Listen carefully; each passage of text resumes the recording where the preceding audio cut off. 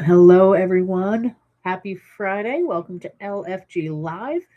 I'm going to apologize in advance today. What I thought was allergies may not be. I'm really not feeling all that great today. So I today am still drinking a tea. I think I actually did the Black Cask Bourbon Smoky Vanilla Black Tea.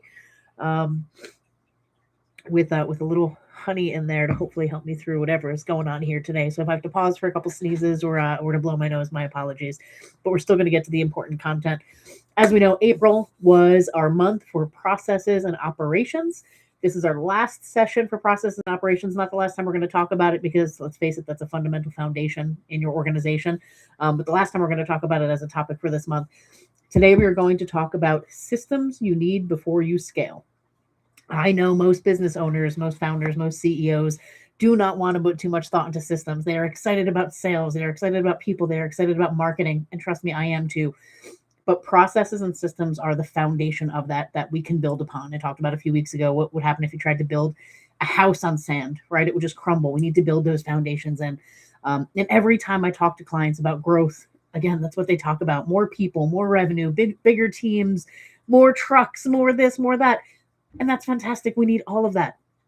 But what I find in those environments is once we hit, depending on the business, between 10 and 15 employees, that's where we start breaking. That's where we start to see the processes breaking, the quality breaking, the communications breaking. And that's when those founders, CEOs, business owners start to feel like they're drowning.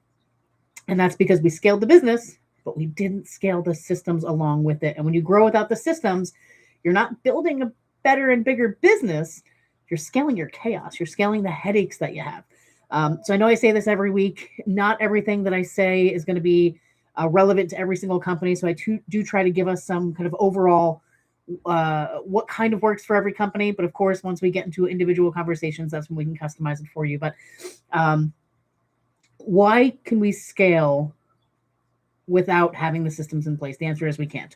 If we forget about those systems, that's when the business is going to start breaking down. So I'm going to talk about 6 different systems. And again, these could vary from company to company. We know this, but 6 different systems that we have to have before we scale. I know what you're thinking. As soon as I say 6 systems, we do ching ching, the dollar signs, that cash register is just going off. That's not the case. Yes, I will fully admit that sometimes some of the systems that we're going to put in place as we scale are going to have some cost to them, right? And that's going to be the choices that we make as a business owner as we grow the business. But not every system has to be super expensive. I was working with a business owner recently, very small company. This particular business owner is not new to their industry, but the business that they're starting today is very small. So they're a very scrappy, bootstrapped, getting going. We looked at the different systems to put in place. We found stuff that was free to start. Now, yes, we did have kind of a roadmap that said, once we get to this many clients or this many employees, we're going to need to use the paid version. But I just want to make it clear that 6 systems does not mean we're spending $6,000 a month on putting systems in place. We can always fit them within a budget, just with the full research of understanding kind of what we really need out of each of those systems before we make those choices. And the first one I'm going to talk about is a delivery system. How does your product or service actually get delivered to your client? And there's so many different ways we can think about this one. Is it consistent? Are we delivering it the same way every single time, regardless of who's doing it? This goes back to our SOPs that we've been talking about the last couple of weeks. It's our quality standard. It's how it makes the business repeatable. Without this, every new client is going to be up in the air. Did we do it the same? Is that same quality that is going to help us grow? Is that still there with all of this? And when we think about what type of roles or what type of companies would use a delivery system, let's think about landscaping. I had my neighbor, our landscaper, out in the front this morning when I was getting the kids on the school bus. Think about our landscaping when the guys are going out to their jobs. What is their deliverable, right? Their deliverable is taking care of the lawn. Now, clients may have different packages that they sign up for their lawn maintenance. Some may just have a mowing, some may have edging, some may have other, things that we're doing, weeding. How do we make sure that's consistent every time? You can have a system like Jobber that is actually just a checklist that you can go through to make sure that everybody's doing the same thing every time. Some companies like photos. The irrigation company I worked with a while back, if we were installing a system, we liked photos. We liked what it looked like before, what it looked like after, once we fix things. So delivery system, what does it look like when we're delivering to our client? I had another one, so that's physical labor. I had another one that was just more of a service, not so much of a, my phone here. not so much of a service, or not so much of a product, but more of a service. And it was a little tougher for that client to have a deliverable because we were providing a service.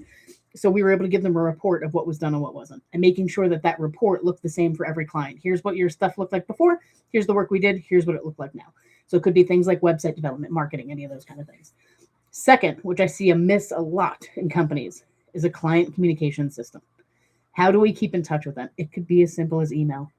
One of the clients I worked with in the past, rather than just having email, we actually wanted to get them on Slack. We had Slack throughout the organization for internal communications.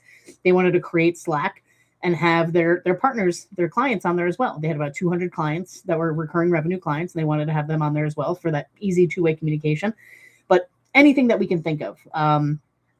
When we look at spa, health and wellness type places, having the ability to communicate with the clients when their appointments are coming up, or, hey, we haven't seen you in a while, that internal communication system, recurring emails for promotions that might be coming up. Those are all client communication systems. So some of them are going to be used for marketing. Some of them are going to be used for clarity when you're having conversations with your clients. But no matter what, it is important. And again, when we're talking about scaling the businesses, yes, when you're a huge business, you can spend all this money on these great platforms.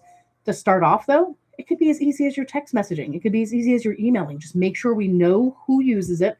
Make sure the clients understand how it's being used, and who in your own team uses it, when and how do they use it. So we have delivery system, client communication system. Third is a hiring and onboarding system. Now, again, some of these can get quite pricey. Don't worry. Sometimes we can do things a little less expensive if that's what's within our budget now, but we have to have a system in place. We talked about hiring and onboarding not too long ago, and how onboarding truly is a growth strategy. We need to be able to get people onboarded appropriately, not just throwing somebody, at a job and hoping that they learn it. No, we truly have to have an ability to hire the right people, get them onboarded, and get them trained to be sure that they're ramping up to the quality that you expect out of your business. Fourth, hugely important, this is probably the least miss that I see in a lot of the companies that I work with, is a financial visibility system. We all know QuickBooks. We all know some of these systems that people are using, but there's a lot of free ones too. There's Waze. There's one I think called Zero, but there's a ton of different ones that we can use. And again, some of them even have free options. They might be missing some of the features like integrating with your bank account and things like that. But as we're growing, again, we can make those choices. Start off with a free version and then keep going. But what we can't do is have no visibility to the finances. We need to know the money that's going out on products and supplies. We need to go the money that's going out on labor. And May, kind of a little sneak peek, May is our financial month where we're going to be talking about a lot of financial clarity and health in your business. You have to know what your cash position is, what your margins are, your P&L, your balance sheet, all of these things. You need to know where your money is going. So yes, your accountant is going to handle some of the stuff from a tax perspective and some of that, but to run your day-to-day business, we really need to know this. So again, let's go back to the landscapers. If we're looking at the P&L and we're saying, wow, our labor is through the roof, or, oh my gosh, our mulch costs are through the roof, we can start looking at those to see how we can minimize those costs, right? We can see if we can shop mulch at a different place to see if we can get a better deal somewhere. But we can't make those choices unless we have a financial visibility system in place. Fifth, which can sometimes correspond with the financial visibility system, but is going to work in a different way. Fifth is our performance and accountability system. How does the team know if they're winning? What does right look like? So this could be your KPI dashboard. It could be as simple as a spreadsheet. It could be as simple as a picture file that you send to the team every day saying, hey, we did a great job. Here's the KPIs that are important to us. And we hit our goals or we didn't hit our goals. But it's about giving the team a scoreboard and making sure we understand what success looks like. Because one, they're going to perform better when they see their score. If they know what right looks like, they're going to drive towards right. But it also allows us to quickly course correct if something isn't going well and we need to make a choice to change it. And then the last, and this is a little more of a challenging one sometimes for folks, and that is a decision-making system. This does kind of go back a little bit to those SOPs. Excuse me for a second. This does go back to those SOPs a bit. But as you grow, you as the CEO, owner, founder, cannot be involved in every single conversation. You just can't. You cannot be involved in every approval. I've worked with companies who were like that, where the owner had to be involved in every single decision. And what would happen is, because the owner was so busy, it bogged down everything else. They became the bottleneck, right? Because if that the owner is so busy that in 3 days' time, his calendar is just packed, and he cannot get away from it. Well, now that decision that needs to be made for that client is now going to take 3 more days, right? So I'm not saying that every decision should be allowed to be made by the teams, but we have to have a process in place. So, for example, purchases up to $500 can be approved by a manager. It doesn't have to be the owner or C-level. Anything above that does have to be. That now eliminates that approval process for so many of those decisions that need to be made. Or in one of the case that was real life for myself at the irrigation company I worked with, was customer credits if they were unhappy. If it was up to a certain amount, I was able to do it myself. And if it was over a certain amount, the district manager had to be involved. Now, when I first started, the DM had to be involved in every one of them. Huge bottleneck, and honestly, huge waste of time for the district manager who was very busy growing our business. By minimizing that or giving some autonomy to myself and my team, we were able to save a ton of time and really make sure that we're helping our customers a lot faster. Again, excuse me for my runny nose today.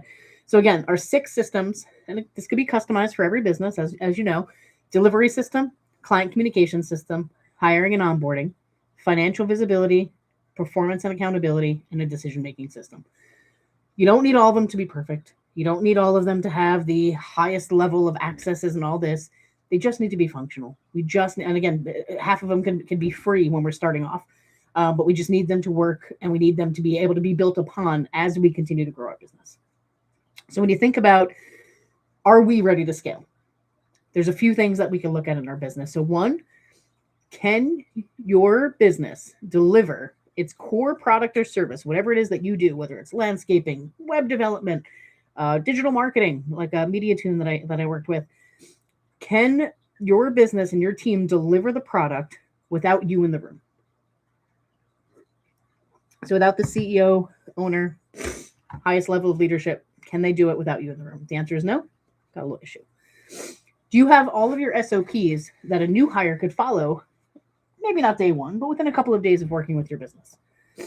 Can your team handle regular client communication, routine stuff, not the highly escalated stuff, but routine stuff without running it through you first? Do you look at your financials at least weekly to understand them and understand where you are in the business? Do your team members know what's expected of them and how they're being measured, how they're doing? Have you clearly defined what decisions are theirs and what decisions are yours? If you're saying yes to most of these, great. You're ready to go. Let's do it. Let's scale. If you're saying no to most of these, that's not a failure. That's just what we need to work on. And that's what I'm here to work with you on. But you got to fix that foundation first.